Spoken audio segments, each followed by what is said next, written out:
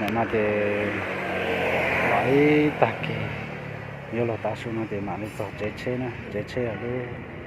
chế mà nó chế thì nhân nó sụp cọp lâu nè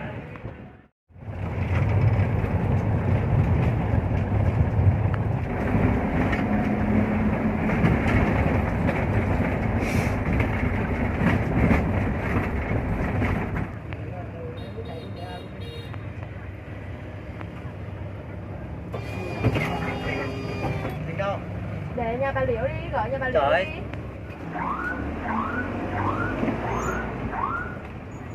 Không anh, đúng không? Phải không? Đài gì, đài đặc biệt hay đài gì?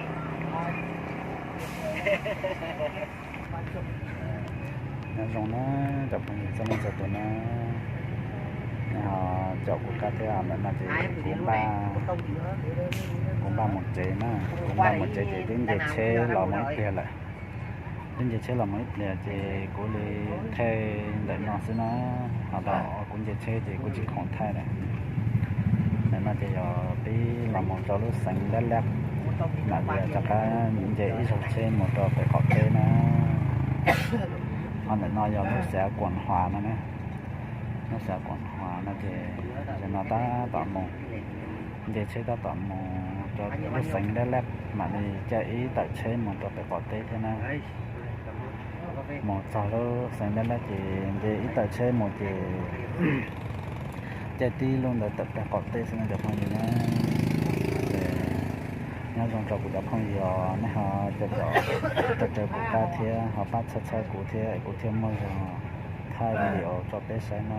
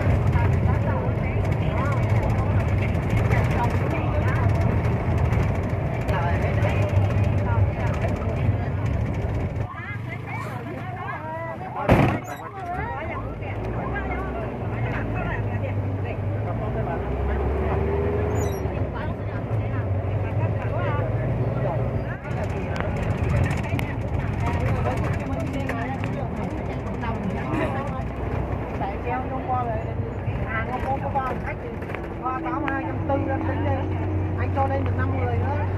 540 nữa đi.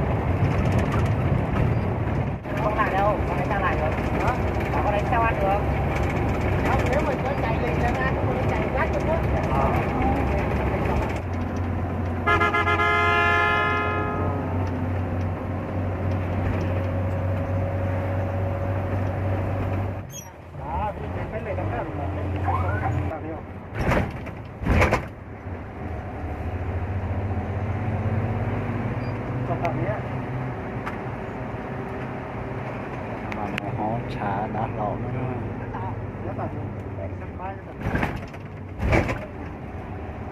trả đã lộ là trong sập là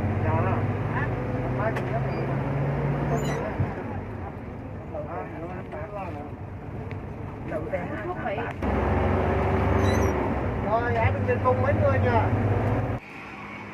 nó rồng nó thì phải ta kì nhớ là ta xuống nó để mà đi tàu chế nè chế ở đó chế mà nó chế thì